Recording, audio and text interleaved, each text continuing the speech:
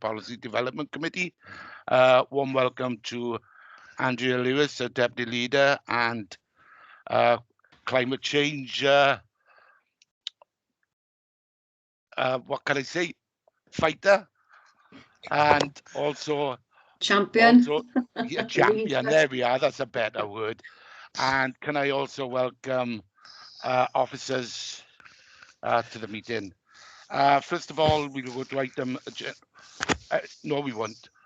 Can I just give you the members, we had a meeting as you asked us, me, June and Peter met with officers with greening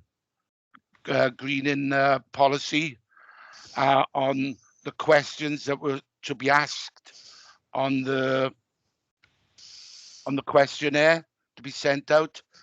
After the discussion with the officers, we did agree that the questions were okay, but we did ask for officers to put a postcode in so that we could get an idea where people were, giving their opinions from. And also the officers recommended, because we were looking at green spaces and verges, that goes into also possibly into highways. So what we suggested was that we would adjourn, and background members would look into giving us a further meeting with officers from highways and from the environment together, so at a later date. Right, we'll go on to agenda item 1 is apologies and absences. Sam? We have apologies from Deb Hill, Chair. Deb Hill, okay. Item 2, disclosures of personal and prejudicial interests. I take silence is golden. Item 3 is the minutes of the last meeting, which was dated Thursday, the 16th of December. For accuracy, page 1, page 2, and page 3. Can I have a proposer and seconder, please? Move, Chair. Thank you. Is there any items on the minutes? No, good. We go into item 4, which is the climate change and nature strategy. Martin, who's presenting this? I think it's you, isn't it? Yeah, myself. Thank you, Chair, and thanks again for deferring the item so I could be present to present it. As you've rightly indicated, Councillor Andrea Lewis, the cabinet member, the lead cabinet member, is also in attendance, and Rachel Lewis, who's done a lot of work on the strategy, for which I'm grateful. I'm just going to give the committee a brief overview as to the document that you've got, and then the appended strategy, and just a little bit of context and history for you as well. So we last presented to the PDC in December 2019 on the overall strategy, but what you will recall is a number of the individual strands have formed a key part of your work programme over the last couple of years, and hopefully you recognise them and the progress that has been made, resulting in a number of reports that have then forwarded on to Cabinet and form part of the policy going forward. We then were asked to provide an update to Cabinet at the end of 2021, which took place on the 18th of November. And what you have in front of you, therefore, is an attachment which links that Cabinet report to this PDC. And one of the reasons why that Cabinet report was taken forward was the imminent likelihood that Council were going to declare a nature emergency, which they did on the 4th of November. The report in section 2 just outlines, as a result of that, some updates in relation to governance and how things have changed to accommodate really the wider scope, which moving from, whilst the heading previously was climate change, clearly it encompassed quite a lot wider than that, but it's specifically now referring to climate change and nature strategy. So it's more encompassing. And as a result, you will see there have been some changes both in terms of the governance of Programme Board and the steering group, and some changes to the work plan. And then in section 2 under figure 2, you'll see there's been some changes to the overarching strategic approach in terms of the work strands and how that's perhaps more closely aligned with the corporate plan, the strategic equality plan, and the well-being of future generations. So we think we pretty much had it covered previously, but we just wanted to make sure that the updated documents reflected the changes that Cabinet had asked us to make. Section 3 in the report then gives you a bit of an update, abstracted from the report that's been to Cabinet, around the key activities and the key areas around the new climate change and nature strategy, and then also giving you an update on the biodiversity plan, where we are with the current sustainable transport strategy, which of course you will have discussed and will discuss in this forum in due course. The tree management strategy, which has been through the PDC and now subsequently approved by Cabinet, where we are with our school buildings and procurement, and also where we are with the overall housing and decarbonisation of housing and how that aligns with our More Homes strategy. And then finally, the links with the emerging new waste management strategy, which the Council is looking to put in place for 2022-2025 to take us to the 70% required target for recycling. And then the green infrastructure strategy and the local development plan that also sort of draw those two elements in. And then finally, and a key element of this, which again you will have discussed at the committee in detail previously, is around the energy plan. And what I am able to add to that is the intention now that regional energy strategy is being developed as part of the new corporate joint committee structure. And what we're ensuring is that our local energy strategy aligns with that regional context as well. We very much believe it does, but we're just making sure so that there are no policy clashes in that regard. And as I said, this all really sits under the wider obligations in terms of the Wellbeing of Future Generations Act. So that's all I was going to give by way of introduction, Chair, other than to just finally add that in our previous discussions at this committee, my recollection was that the report would be, although be brought here for information, clearly there are elements within the overall strategy and overall Cabinet approval process that you may well wish to look at as part of your forward work programme. A number of the strands have already been covered, but it is a bit of a moving feast, and you may well wish to ask officers to come back with further updates and reports in terms of some of the detailed policy development. That's possibly something that could be picked up in this session and later when you talk about your forward work plan. So that's all I was going to say by way of an introduction, Chair. We're happy to try and take any questions that the committee may have. Thank you. Okay, thanks, Martin. Is anybody presenting the agenda? Nope. Right, okay, then we're opening up to any questions.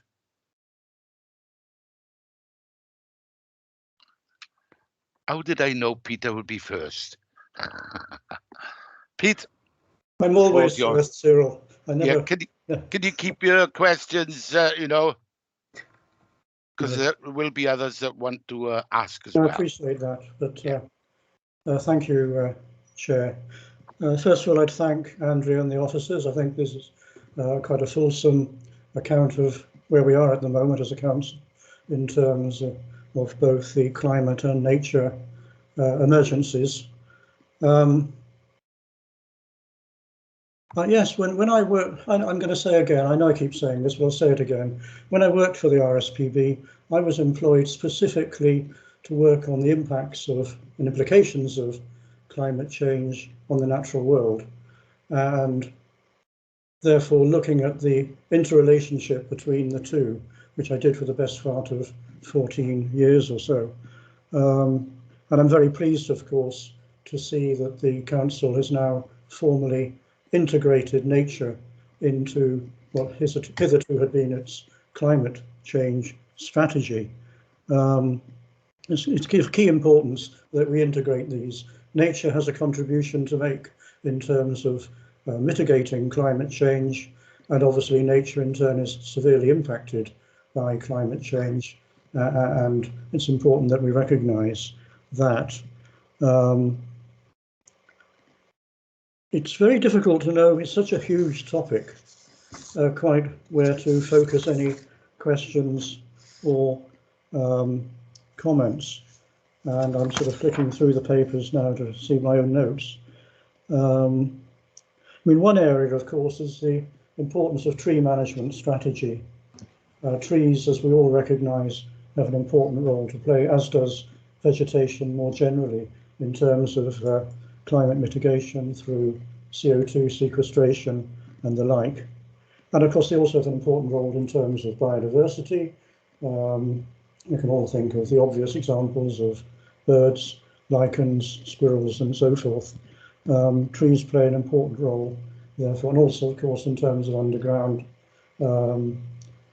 links of various kinds, and also, of course, have an amenity role. I'm struggling a bit here because it seems to me it's rather difficult to comment, but one thing that struck me is the report on the report as a whole. I woke up in the middle of the night last night thinking about this and was kept awake for a whole hour thinking about it. And that is, I think it's important that the strategy document, perhaps more than the introductory report, needs to bring out the impacts of climate change on biodiversity and the contributions that biodiversity can make in turn to mitigating climate change and adapting in areas such as flood risk management, soils, vegetation, and so forth. I don't think it does that, and I don't mean that in any negative sense. But I do think that we need that the strategy document needs to say a little more about the natural world than I think it does at present. It tends at the moment to say quite a lot about the impacts on the human world, and that's fine, they're very serious, and obviously we are the principal causes and drivers of the emergencies that we face. But I think it could say a little more about the nature impacts and nature-based solutions to those impacts. It certainly references those. I'm not suggesting for one moment that it doesn't. But it's perhaps a little light, dare I say, in terms of giving examples of nature-based solutions. And I think in terms of particularly public understanding of the interrelationship between the two, I think that would be of some assistance. I'm in a rather difficult position, of course, because I also chair the Scrutiny Natural Environment Performance Panel, which, of course, has within its remit responsibility for overseeing climate change policy. And of course, this committee now has responsibility for climate change policy. So puts me in a slightly middle position in relation to that. Could I also mention, in terms of the strategy document and indeed policy thinking, the importance of expertise.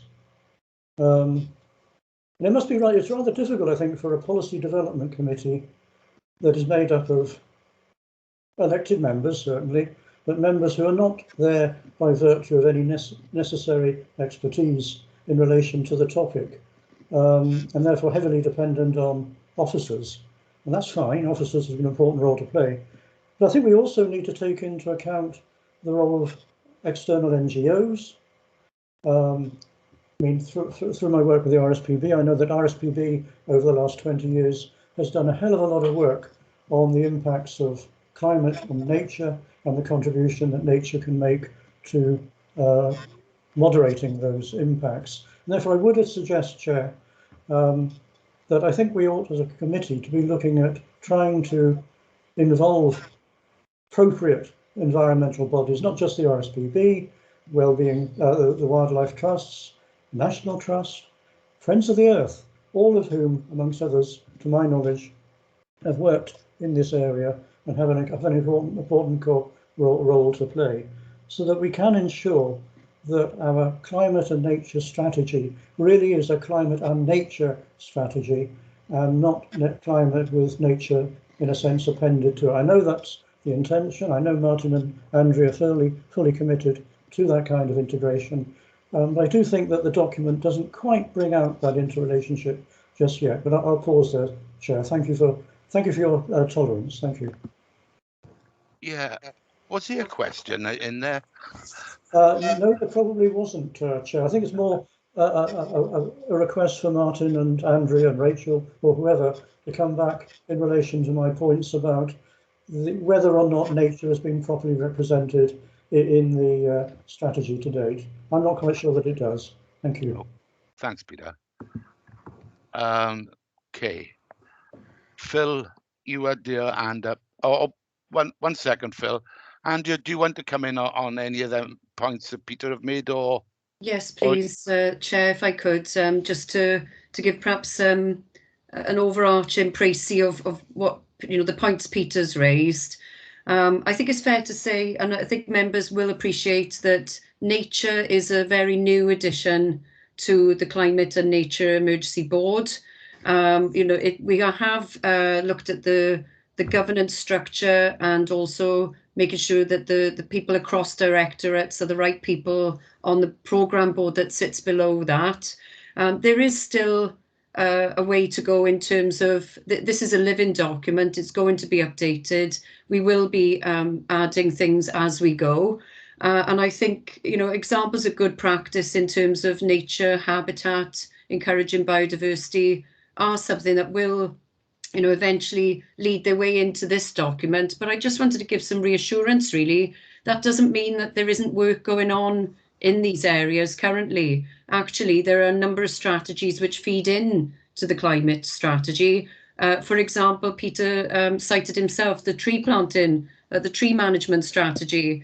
And I think what we need to do is make sure that we have a focus on how we approach planting, in the right thing in the right place, and that includes species of trees, but that also includes making sure that we encourage habitat in the right places as well, with low planting. Trees are not the only solution to tackling biodiversity, they are part of the solution, and so I think it's important to make that point. And in terms of expertise, to be honest with you, in my experience as the Cabinet lead for climate change to date, I think we are very fortunate as a council. We've got a lot of in-house expertise. We've got a lot of excellent officers leading on various parts of this. But some of this is going to be new. Some of this is going to be strange and not part of our everyday working solutions, which is why we link with the environment agencies and groups and associations which are in Swansea. We do link with the Environment Centre, for example. I'll declare an interest as a member of the Environment Centre. But we also do link with Friends of the Earth, and there's, of course, NRW, one of our public sector partners. So, we're not saying by any stretch of the imagination that we are the expert in all things and the font of all knowledge. We will and are leaning on other organisations to feed into this process as well. And they very happily are happy to be involved in terms of what we're doing. So Peter makes the point, we're not the experts in everything, and that point is made, but we do lean on other sectors and other organisations, and we work very closely and collaborate with them. And I know Martin and Rachel have done an outstanding job in terms of the current engagement to date with other organisations and making sure their voice is heard. So I just want to give a bit of reassurance, really, Chair, that the document might not quite reflect everything that's going on, because there is so much going on, so much activity for even such a small team, and they're doing an excellent job, Chair. Can I just come back, Chair, briefly on that? Thank you, Andrea. I do appreciate in particular the point that, if you like, the nature emergency policy commitment is new. It's only just over 2 months old. I fully understand the point that you're making there. I think, and neither am I suggesting, particularly our people in the nature conservation team, they've got high levels of expertise, and I wouldn't want the committee to think for one moment I was suggesting otherwise. But I just know from experience over my 15 years with RSPB that there tends to be a focus on particular silos. Within the nature conservation team, there'll be people who are interested in species this or species that. The issue with climate and nature is still a new one. It's new to this council, but it's new also to other bodies as well. And developing an expertise in relation to that, I think, is something that maybe we've got it, I don't know. But it's certainly something we need to focus on to ensure that in the nature conservation team and elsewhere across the council, we do have a staff who fully understand the interrelationship, that are not just nature focused or just climate focused, but climate and nature focused. I think that's the point I was trying to make. Thank you. Okay. Rachel, you had your hand up. Come back in. You're on mute, Rach. It's okay. Apologies. Yeah, just to make the point that we purposely asked as one of the requests in the Cabinet report that we had delegated powers to the Director and to the Cabinet Member for Climate Change that we could amend the strategy, because the report went to Cabinet so close to the notice of motion. We know it is an emerging strategy, it is not set in stone. We are working, and I've just started sitting on a Welsh Government panel across the 22 authorities across Wales to start the conversation about, we are on a similar journey to other councils of embedding nature into the climate change piece. And Denbighshire are a really good model at the moment that we are looking at their strategy as well, because they're a little bit ahead of us. And I just wanted to make the point, we were really proud as well back with COP26 that the South West Wales region were given the opportunity to have a day as part of COP Cymru representing adaptation and resilience. And Sean Hathaway from the team internally presented a really good presentation at the Botanic Gardens on behalf of Swansea Council, and we had, I think, 200 attendees to that. So we are on a journey regionally on adaptation and resilience, and the learnings from the COP26 experience have sort of started wider conversations with the 4 councils as well across the region. So as Andrea said, there's lots going on. It perhaps isn't reflected in the document as much as perhaps some would like. So we definitely can look at that. Thank you, Rich. Martin? Yeah, I won't add too much to what's been said, but yeah, just to reassure you, Peter, I absolutely take your point.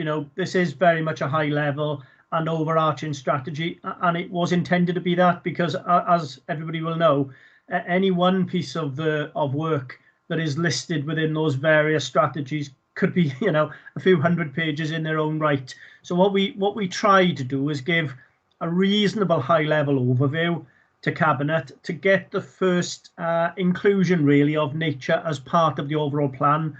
But as both Rachel and Councillor Lewis have said, there will be more work to be done. I do believe that most of the actions that we need to take are embedded within the individual strategies that sit below. Now, whether we've drawn out the right headings into this overarching report, I absolutely can understand that. So probably this shouldn't be read in isolation of the documents below. And when the PDC, as I assume they will want to come back and look at the individual elements of it, more than happy to bring external advisors in. We already do, and as part of our procurement of our environmental partner for the next few years, we are looking at a slightly different approach where we can procure that expertise and support on a case-by-case basis to try and reflect that specialist discipline aspect as well. So take on board your points, Peter. I think it's covered under the overall suite of documents. It may not be drawn out as much in this particular strategy as perhaps some of you might like to see, but we will continue to work on that, and the opportunity to make amendments is, as has been said, delegated to Councillor Lewis and myself, and I'm sure we will be revising and making amendments to the documents going forward. Thank you, Chair. Thank you, Martin. Phil, thanks for your patience, mate. I know you had your hand up quite a long time there. Yeah, they were answering some of my questions as they're going along anyway.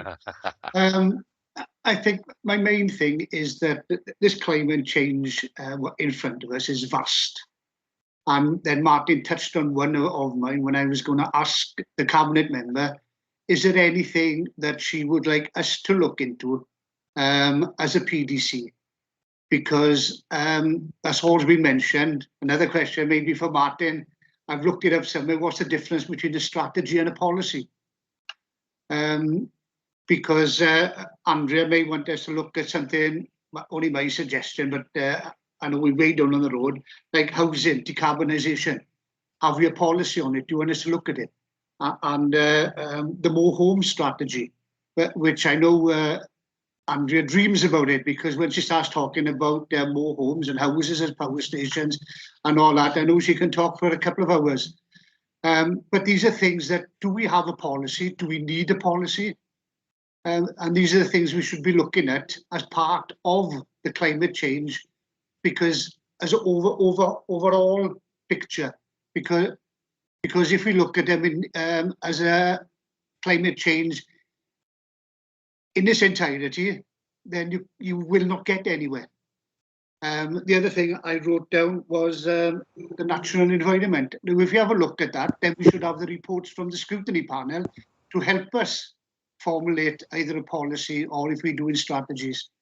And this is the way I see it as moving forward. Thank you, Chair. Thanks, Phil. Martin, you want to come in on that? Yeah, as Phil often does, brings us back to the purpose of the PDC and the need for policy development, which is absolutely correct. The reality is a number of the policies that are referred to in now the overall strategy have already been developed either by the PDC, or the PDC has certainly influenced those, green infrastructure, tree management, energy strategy.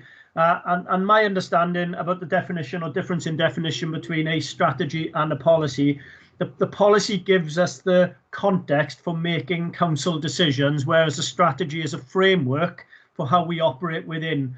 So the policy document is specifically something that we would refer on when cabinet are asked or council are asked to make individual decisions. The couple for me that Andrea's cabinet member may have additional views, but a couple for me that do stand out. One which you already have on the forward work programme is around the transport strategy, sustainable transport strategy, and that is because that is a mixture of internal and external implications. Internal in relation to elements that you've already looked at, green fleet, grey fleet, but also the wider sustainable transport obligations that we've got, which would link into public transport and other provisions, active travel and various other things. So that one which is a bit disjointed and not quite where we want it to be and need it to be, is one of the areas that certainly I think we would benefit as officers for some advice on. And the second one, maybe, which we haven't really touched in a lot of detail, is around procurement. And I know this is being picked up in other PDCs, so we just need to make sure it's aligned. But this change towards embedding social value in procurement decisions, we've done an awful lot as a council in relation to promoting sustainable procurement and local supply chains. But I think our overall policy documents for procurement perhaps can go further than that, and the embedding of social value opportunities to actually give a greater degree of credit and opportunities for suppliers and contractors to build on what they are doing in relation to sustainability, biodiversity and climate, and actually reward them to a higher degree through procurement processes than perhaps we currently do, is something that if as a council we are as serious as we are suggesting in relation to climate change and nature emergency, we need to reflect that perhaps in our procurement activities. So those would be the two where I think they're a little bit more underdeveloped than some of the other areas that are already either been through the PDC and agreed or are well through that process. So that would be my view, Chair. Happy to, again, take any observations on that. Okay. Andrew, have you got anything on Phil's? Yeah, I welcome Phil's suggestion. What I wouldn't want to do is just answer off the cuff today. So what I'd like to do, Chair, is take it back to the Climate and Nature Steering Board to have some consideration for future items. I take Martin's point. Many of the policies which are in place and strategies have come before the PDC, but I'm sure there are areas that haven't yet been explored that we can think of to suggest to the committee moving forward as agenda items. Okay, that's good. Mike White. Yes, thank you, Chair. Yeah, coming back, touching on Martin's point on procurement.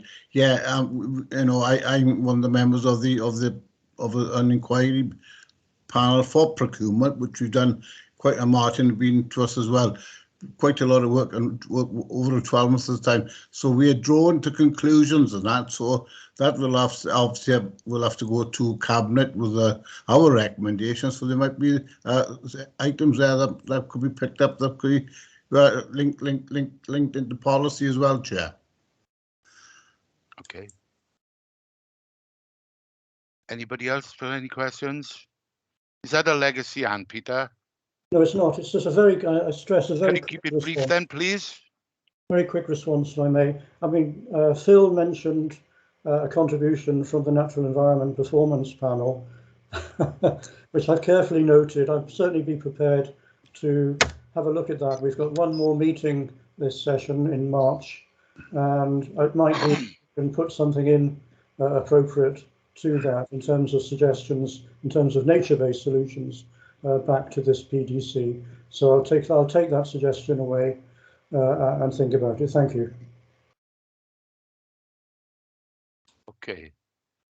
There's no further hands up. As Martin stated, this is for information. But can I say, the aims of this council are, as far as I'm concerned, its vision, its governance, its policies, breaking down 100 policies down to 8 themes must have been a lot of hard work, Rachel, and I take my cap off to you. The energy strategy, I think the members are impressed with it. Still a lot of work to be done, as you've all admitted, and I'm sure we have the right leadership, and I'm sure there are stakeholders out there that are willing and know that your leadership and what we are striving to do as a council, they will come on board as well. I would like to take in Peter's points and Martin's about procurement, and if we can do anything that we could put on the forward plan. But bearing in mind, we're not going to do anything, I'm sure, this side of an election, but perhaps that could be put into the work plan for a future date. Yeah. Martin? Yeah, I'd agree with that, Chair, and I think Councillor White's reference to the work that's already ongoing, what may be ideal was when that is referred to Cabinet, perhaps there's recommendations within that could be then further investigated by the relevant PDCs. So probably best to leave that run its course, have it referred to Cabinet. That's inevitably therefore going to be in the next term of office, and we can perhaps identify out of that a couple of items that could then be referred back to this PDC if Cabinet so supports. So that's what I would advocate on that, Chair, if that's acceptable to the committee. Yeah. Is that acceptable to our members? Yeah, show of hands. Yeah. So that will go into the work plan in the next administration, hopefully. Okay. Rachel, thank you, and all the officers. Thank you for all the hard work you've put into this document. It's massive, a lot to think about. And I'd like to thank you for all the work you've done and the officers, but also for all the work you're going to have to do to fetch us to fetch us forward. I But keep thank saying you very much. it's a journey, isn't it? And it's a really exciting one, you know, and we've only really just taken the first steps. So, you know, it is genuinely a team effort, and it's exciting. It really is exciting. So it's a great project to have within our remit as a team. Yeah, and we should get there with your help by 2030. Fingers crossed. Okay, thank you very much. We'll go on to agenda item 5, which is the speed control measures in residential areas, including the 20-mile-per-hour speed limit. I think Alan Ferris is presenting this. It's been to the PDC before, Alan, but we just wanted to it's coming back as an update and any comments the committee would like to make. The report prepared just provides a brief overview of the introduction of traffic calming in residential areas, describes the funding mechanisms for it, and some of the advantages and disadvantages of doing so, because it's never universally popular. It becomes more important, I think, in terms of consideration with Welsh Government's aspirations just now to nationally roll out 20 mile an hour as the default limit in streetlit areas. But I think all the information I've written is contained in the report, but I'm happy to take any questions that the committee might have and any issues that have arisen from that. Okay. So to the members, any questions from the members? Yeah. I'll take them as they come. Mike White, you're first. Your hand is up first. Yes, thanks, Alan. Thanks for the report. Yeah, I know the Welsh Government are keen on rolling out the 20-mile limits across, you know, in Wales. But who is actually going to police it? That is the main issue, isn't it? You know, because you know because we obviously see this in our own areas now, where we have got 20 mile an hour, but you still got the more than odd occasion where people are more to flout that. So that's what I would like to know about as to who's actually going to police the 20 mile an hour implementation. It's a concern that we also share with you, Councillor. What I would say is that previously the police were not keen to support the introduction of 20 mile an hour limits without physical means to make drivers go at 20 miles an hour. So they weren't keen in schemes where you put in just a limit only. They wanted to see physical features to support that reduction. However, working with Welsh Government, they've stepped back from that position, and certainly locally I've noticed a lot of Go Safe activity within the Llanelli area, which is a pilot area for this 20 mile an hour limit. So the police will be supporting it in conjunction with Go Safe. Okay. Thank you, Alan, for that. First of all, before we go any further, I'd like to welcome Councillor Mark Thomas, Cabinet Member for the Environment in. Mark, have you got any opening address? I know it's after Alan have started to present, but no, that's all right, Chair. I think, yeah, the timing of this report, and as Alan's indicated, you know, just for clarity, the Welsh Government are introducing the mandatory 29 mile an hour speed limits in May 2023. It's not something they're thinking about. It's going to be happening. They are determined to do it, so we can expect that it will be done. And obviously, with that, it raises concerns, like Alan has informed Councillor White about. What about policing it? What about managing it? Because you can imagine the vast majority of our 30-mile-an-hour roads in Swansea and every other authority that are 30 now, the vast majority of those will be converted into 20-mile-an-hour zones, 20-mile-an-hour streets. So the potential, I suppose, for more speeding or more breaches will potentially grow, and it needs the support of police to do that, obviously. And they have, as Alan said, their previous position, it was difficult to get support from police to patrol and to monitor 20-mile-an-hour zones, but that has changed. They've obviously been in lengthy discussions with government, and that position has clearly changed into one of support.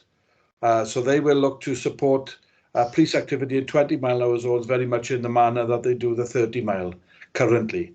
The other side of this report, what that is going to mean to us in real terms is yet to be defined. There's a lot of work that we as an authority have to undertake, least of all with signage, for example.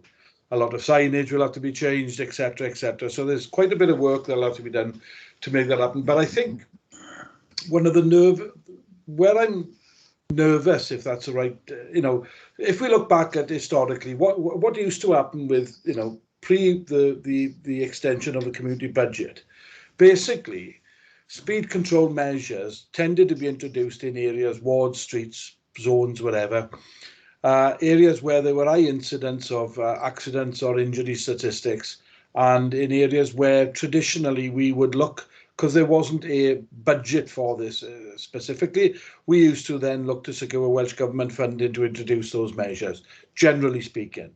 Now, with the increase in the community budgets, ward councillors have the ability to pay for and ask for and install these where they deem fit.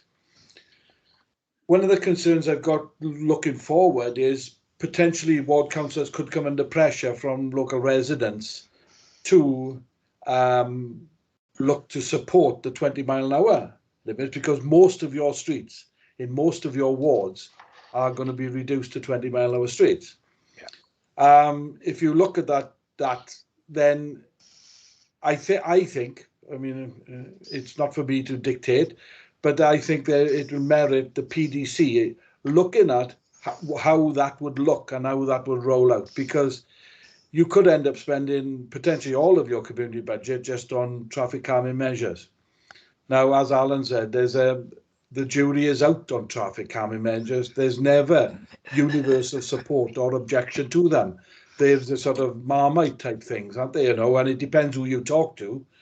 And so they're very challenging and difficult. But we can't end up in a situation, I suggest, where the whole of Swansea, or 90% of Swansea, is covered in traffic control measures. That would be probably unrealistic, unaffordable. And if you look in the report from a highways perspective, there are consequences to installing traffic calming measures to the infrastructure that highways has to maintain. There is no doubt a increased deterioration at the locations of sites of many of our traffic calming measures. So I think there's a piece of work to do for the PDC to look at, because what used to happen, sorry, the bit I forgot about to mention as well, is all of that, the measures that we used to do, was supported by facts and supported by evidence. So if you wanted traffic calming measures introduced, that had to be supported by evidence of accident incidents and speed infractions. Now, under the community budget scheme, that isn't necessary. If Councillor White wants to install a traffic calming measures, as long as he can afford it, by and large, he can do it. Well, in my opinion, and again, it's just an opinion, I think that it might be worth the PDC looking at the sustainability of that going forward, because there's a potential that all councillors could come under pressure from local residents every day to say people are going beyond 20 on my street.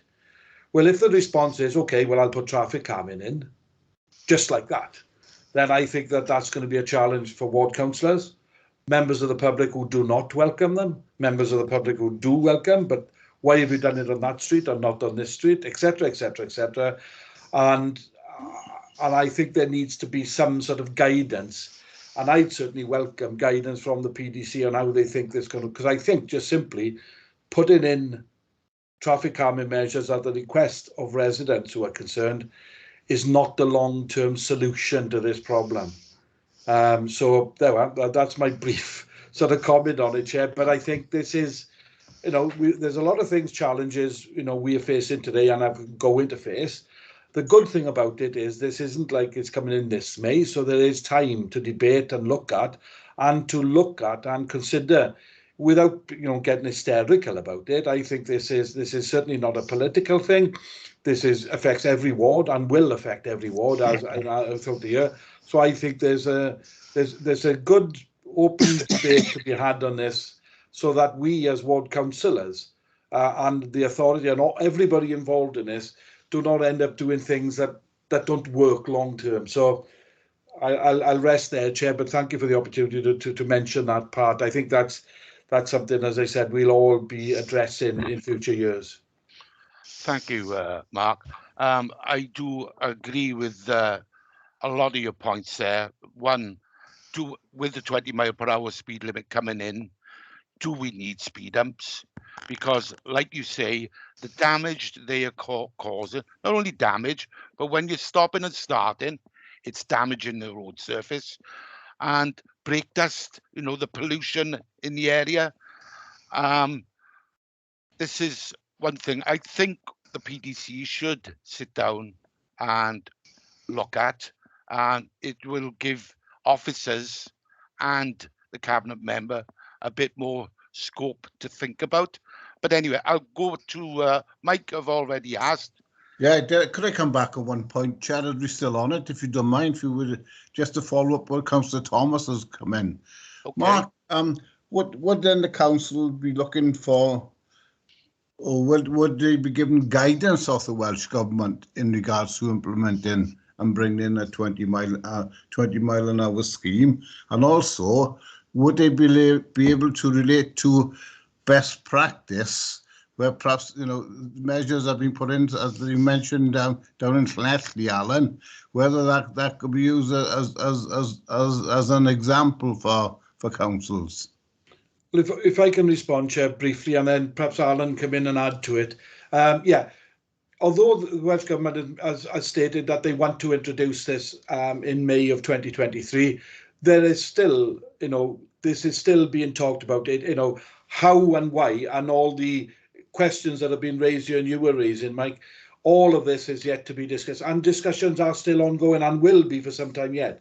So although the Welsh Government has made a clear, determined statement that they want to introduce this or going to introduce it in May 2023, the consultation process and looking and ironing out all these challenges and difficulties. And yes, we do expect that there will be guidance, advice, etc., etc. But Alan can comment certainly more on the pilot study that's taking place in Llanelli. Essentially, there are 8 pilot studies throughout Wales, and they're being used for Welsh Government to gather information on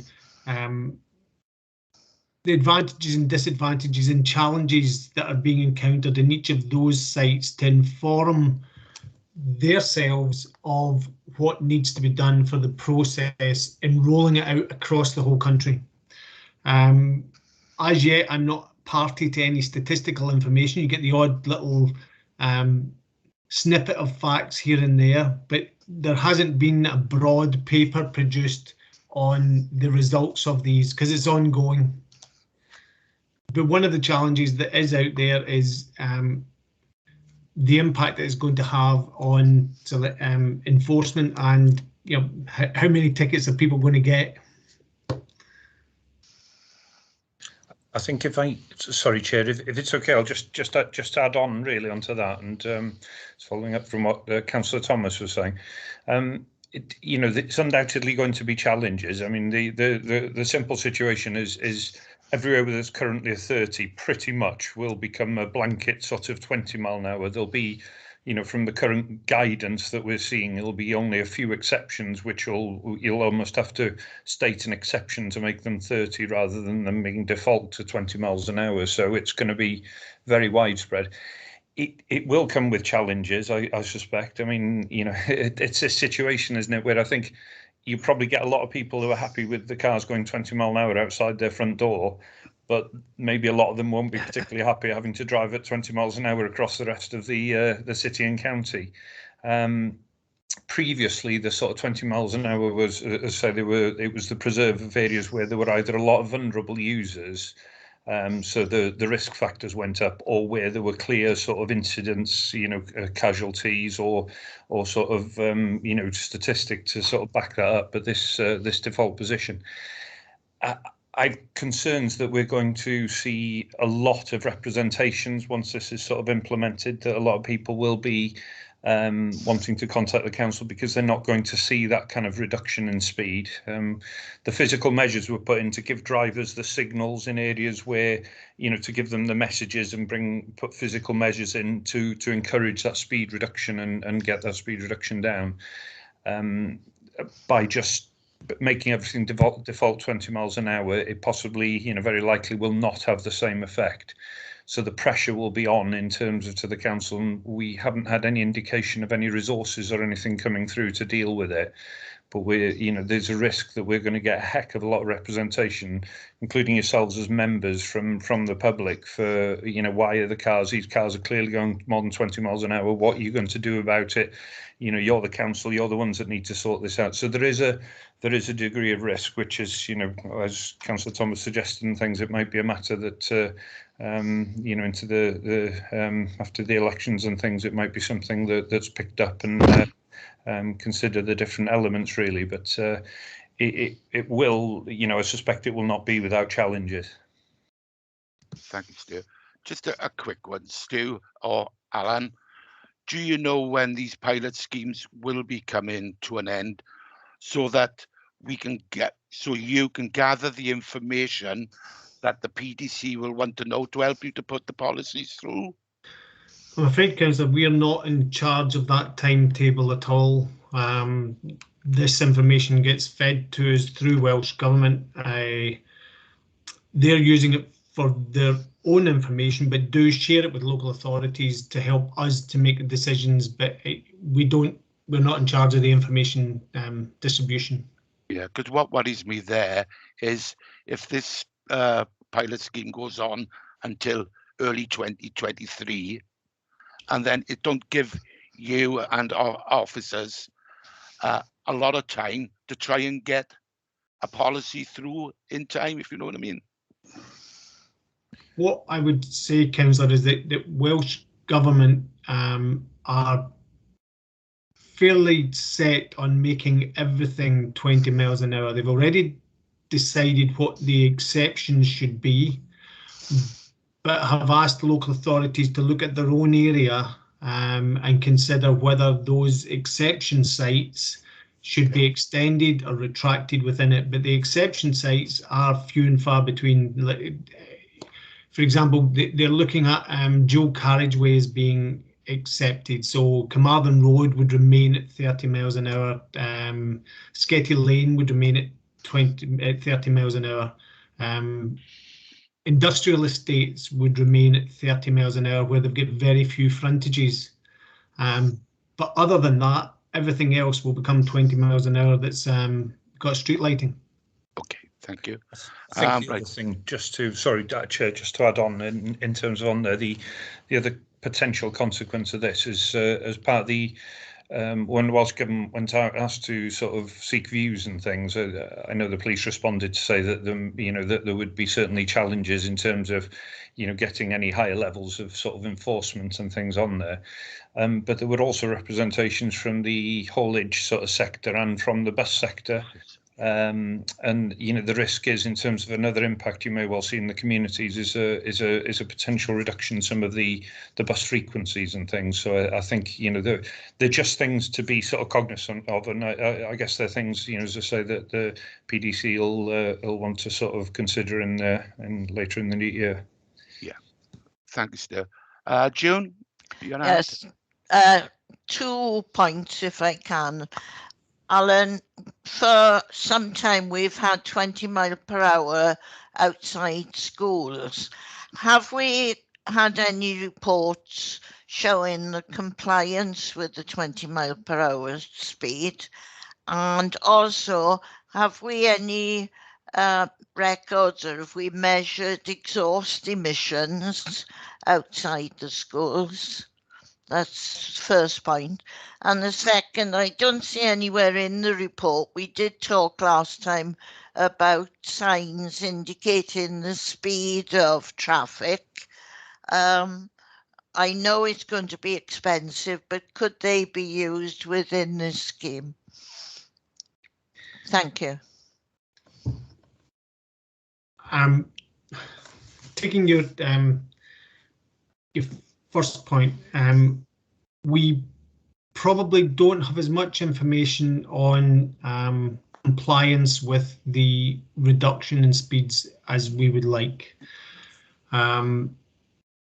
Where we put in physical measures, generally they are successful at reducing speeds. We do pre and post surveys, and we've shown that in most cases we've reduced the speeds from low 30s to kind of low to mid 20s. That would be the kind of reduction that we would expect from physical measures. In surveys that we've taken without physical measures, because we have introduced limits themselves, it tends to be that that's not such a significant reduction. But I don't have any, I don't have any numbers that I could give you directly on that. In terms of air quality, it's an issue which has been a growing concern. There are studies which have been taken, not by our authority, but there's studies that have been undertaken elsewhere, which show that noise and vibration, if it's a well-designed scheme, then there shouldn't be any significant increase in noise and vibration. However, air quality is a different matter. And I think studies currently are tending towards that there's a degradation in air quality as a consequence of the introduction of traffic calming. But you have to balance that against any collision improvements that you have. And there's a balance to be struck there. Okay, thanks, Alan. And on the other thing, Chairman, about the indication signs for speeds. As Stuart said earlier, there's no indication at all from Welsh Government just now as to the financial support for this 20 mile an hour rollout. It's not going to be cheap to do it. Yeah. Our estimates in just putting up static signs are that we would be spending, I think, going back, it's from memory, it's about £1.5 million in just signs alone for us to do it. There's a lot of work involved in what it is, and they will have to cater for that across the whole country, not just from Wales. Sorry, not just from Swansea. So there's financial challenges that Welsh Government have to meet, and at this stage I can't imagine they're down to thinking on additional supporting signage. Thanks, Alan. Phil Downing? Yeah, thank you, Chair. I think one thing that's clear that's come out of this well, it's not a debate, is it? It's people making their views, is that the next council, the PDC, should be looking at this so that they well in advance of 2023, if it does come in, or it is going to come in. In Pontylice, we've got, I would say, over 20 streets that have got 20 mile an hour because we introduced a 20 mile an hour zone. I've had more complaints about speeding since these 20 mile an hour were put in than I ever had when they were 30 mile an hour. The other complaint is that you're coming down the street and on one side you've got 20 mile an hour, and if you go down the road and turn around and come back, then you've got 30, and that confuses people, mind. So they get that complaint. So it's a case of quite right, the government are right, let's have it all 20 miles an hour and there's no arguing then where is 20 and where is 30. The other complaint I had is that in Pontylice we did have a traffic camera. And I won't tell you how many complaints I had about people that were caught doing over 20 miles an hour because they had it at the bottom of the hill, which again, if you freewheel, you're doing 30. So, you know, it's because 20 miles an hour, it's a very tight limit to keep to because most of our areas, you're on the brake more than you're on the accelerator. Because Grovesend, again, that's another one where 20 miles an hour came in on a main road. And I got to be honest, when I'm driving through there, I make sure I'm 20 miles an hour. There's people beeping me. So, you know, it's something that people have got to learn to drive 20 miles an hour. It's very, very difficult. Very, very safe because you can stop straight away. So on the safety side of it, it works. But then again, the proof will be in the eating. Thank you, Chair.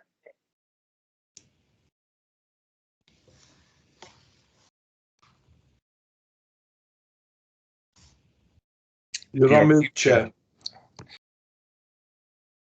Oh, sorry. I think there was just a question, no question there. Just your opinion on it, Phil. Yeah, I thought as much.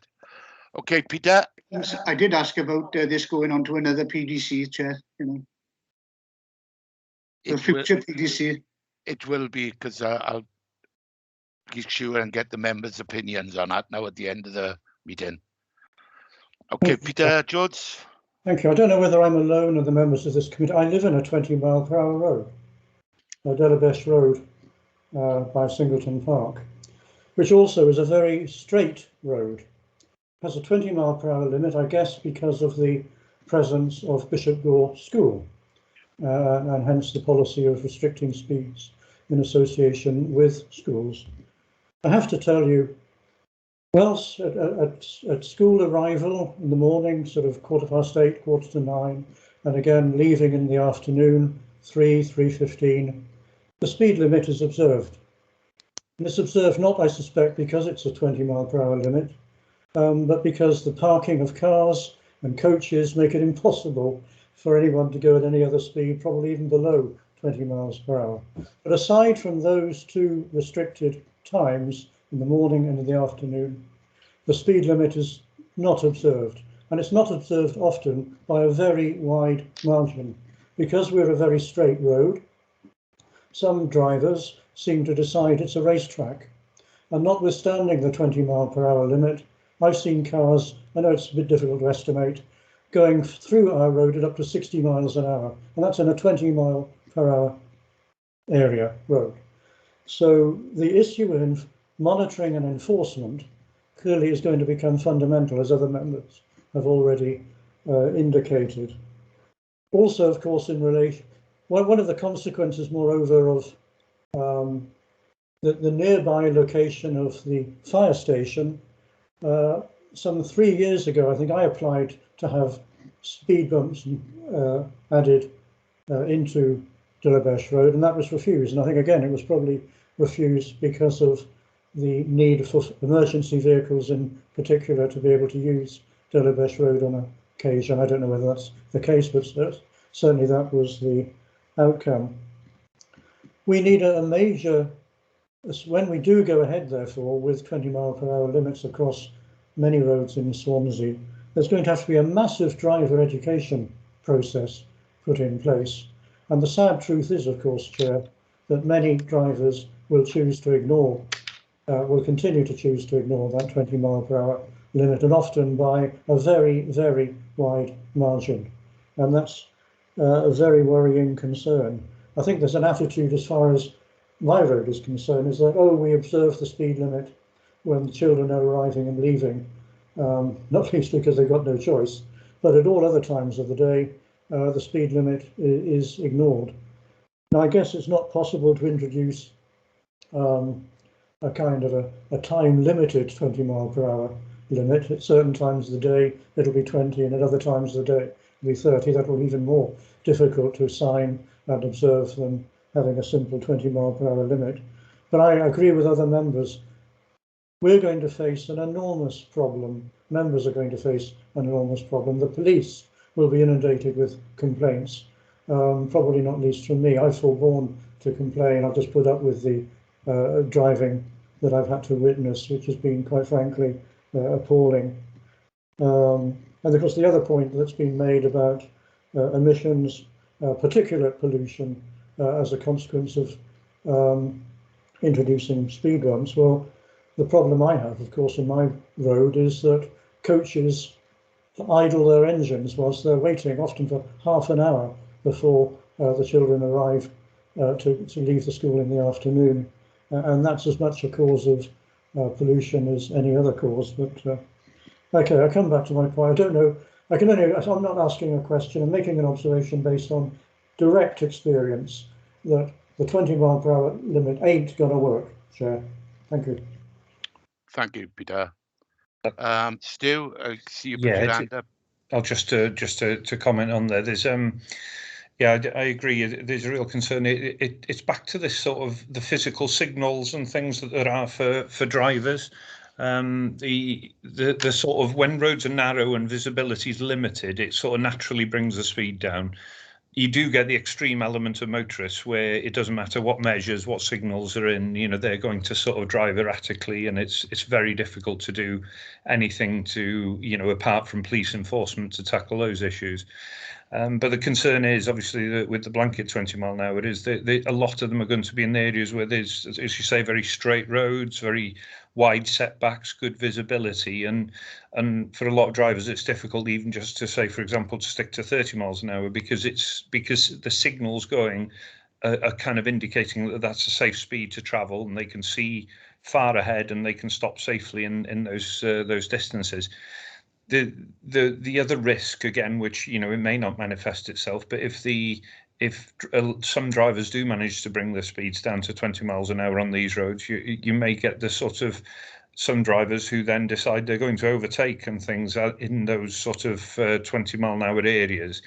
And there's a risk that you could actually get new dangers introduced, and that's something that we'll only you know, get to know over time. But you know, in areas where it's, as I say, very good visibility, wide setbacks, there is that other risk as well. So thank you. Thank you, Stu. Paxton. Thank you, Chairman. I suspect the Cabinet member and Alan Ferris will know full well that this is an area that I've been involved in for some time now, and to a certain extent I've got some experiences which perhaps I can let you have in terms of what has happened. And I'll talk about Three Crosses. My ward is basically two villages, Three Crosses and Upper Calais. Upper Calais is slightly different, but I can talk about that if you want me to afterwards. But certainly in terms of Three Crosses, and you might wonder why on earth would you have a problem with traffic in Three Crosses? But basically it is used a lot as a commuter route from the west of Swansea and from Gower for people going up to junction 47 on one of the roads for the village. Certainly my experience when I was canvassing and started knocking doors in any great depth, well, people were saying to me, can you not do something about speeds for the village? And we worked at this for some time, and initially we had some funding to do some work outside the schools with traffic calming, which were cushions basically from safer routes for schools. And certainly as a result of that, we saw far more children walking to school at that time then than we were having before. And it's always been really an aim to try and increase that, and that became possible towards the end of the last council and the beginning of the new. But before we went anywhere with it, as a community council, which we have, we were very keen to consult with our residents. And the first initial proposal that we were putting to them was that we should make Three Crosses a 20 mile an hour zone. Now, that was virtually unanimous, agreed in public meetings. There always will be people who will object, but by and large it was agreed that that's the way they wanted us to go. It was recognised that putting in 20 mile an hour speed limits wouldn't have necessarily slow down the traffic to any great extent. It would certainly probably reduce the average speeds by about 2 or 3 miles per hour. That's the sort of, my understanding, the sort of reductions that they do get, because people do do respect it to a certain degree. So it became apparent that if we were going to make it work properly, we would have to look seriously at traffic calming. And we had another public meeting about that. And the one thing I haven't said is that whenever we've had those public meetings, either Jeff Green or Alan have been out at those meetings. They've been very kind to come out there and give the residents the benefits of their professional advice in that, because obviously they're the experts and they know what they're doing in terms of road safety. Certainly, again, in respect of the public meetings that we had, there was overwhelming support for putting in traffic calming to make sure that we hit the speeds that we were looking for in terms of reducing dramatically the speed of through the village, and particularly on that road that comes down from the Poundfold out towards the Common, because when people come down that road, by the time they get to the bottom, they're probably doing 60, 65 miles an hour, a lot of them. And those were measurements that we had beforehand, and Alan will know that full well. And we looked at the speeds afterwards, and the speeds, and maximum speeds in particular, had dropped dramatically. About 12, 15 months after that, we were doing a survey around the village as a community council. We wanted to know what people wanted us to do there. And one of the questions that we did put in was about traffic calming. And by and large, support for the traffic calming we put in amounted to about over 80% on a sample back from the village of about 10, 15%. So we were really satisfied that what we'd done, they wanted in the first place, the residents wanted, and they were happy with it. Having said that, you will always get the people who are unhappy with it, and that's going to happen. But people will say to you now that the roads around our village are a lot more safer than they used to be, and they're a lot more comfortable walking around the village as well.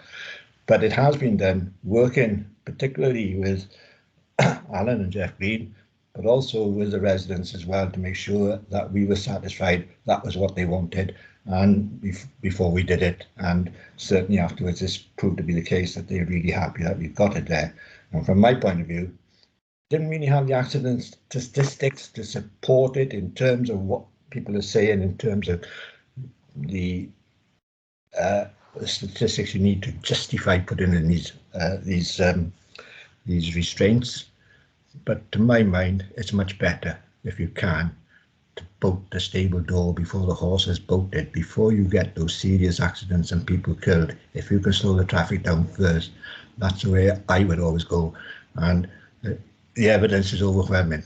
If somebody gets struck by a car at 40 miles an hour, they're likely to get killed.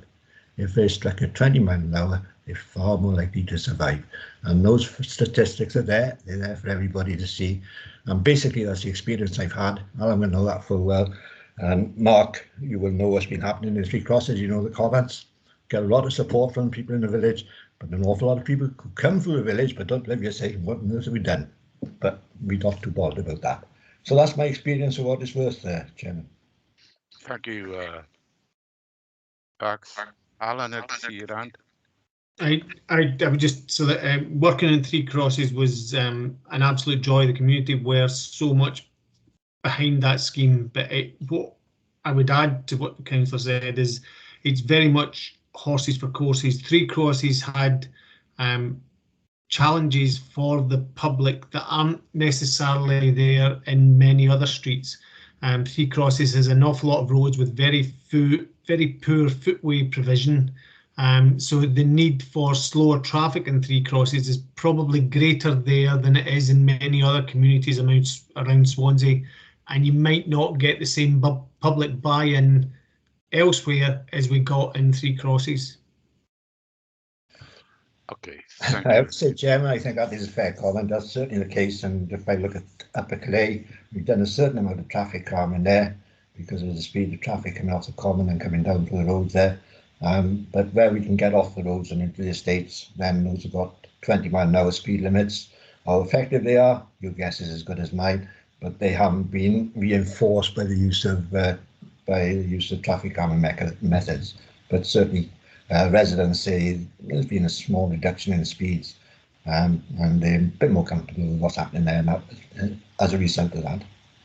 Okay. Thank you, Pax.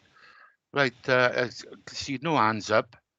First of all, can I thank Alan, Stuart, and all the team for putting this report together. not personally, I should imagine we will not be able to sit on a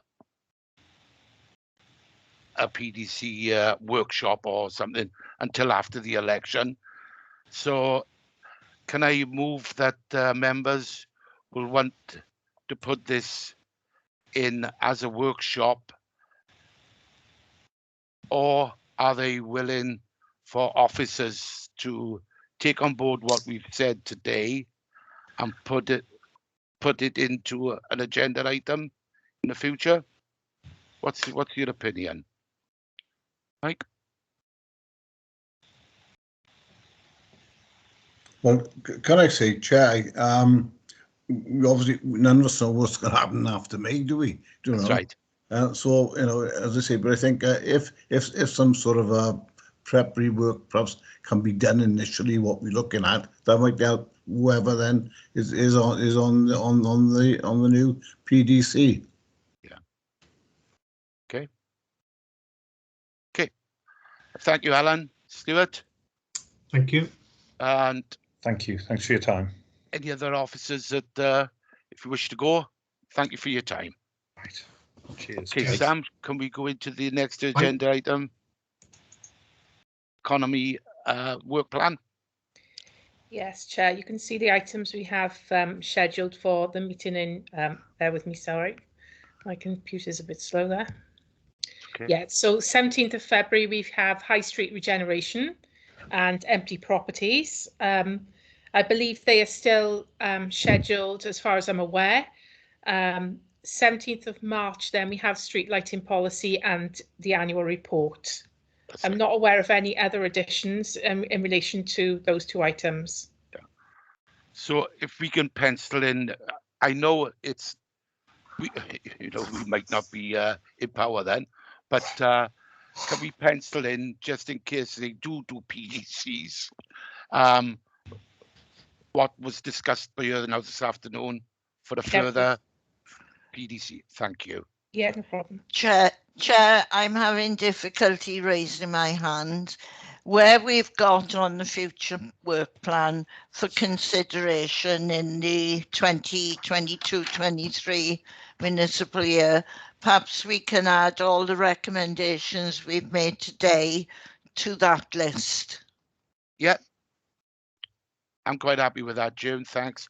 Yeah, obviously you're having problems putting your hand up because nothing's coming up this side. I think Sam have just made note of what you just said there. Yes, Chair. Yeah, I'll add it in. Okay.